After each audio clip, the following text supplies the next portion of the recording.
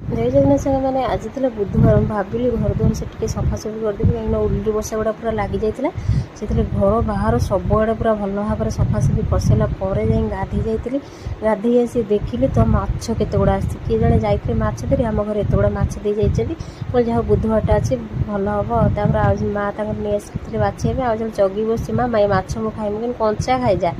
तापर ये आम बजार माछ मंजी आसता पिज मसला सब देकी भल भाव में बरा करी आपर ये माछ चूना माछ मुझे फ्राए कर लेंबू पकई कहीं पखाड़ भात माछ बरा आ चूना माछ फ्राए नहीं आसिकी पूरा शांति खाई मत ना माछ बराटा मत भल लगे खाली पेटे खाइबे से खाली पेटे खाई सारा भात खाई ये मो सन्धारे ना मो पोट फाटी जाता तो मत देखो मामा देखनी मुझे हाँ बा से जमार खाई पार ना टे खाइलान औषध फौषध लगे बहुत कांति।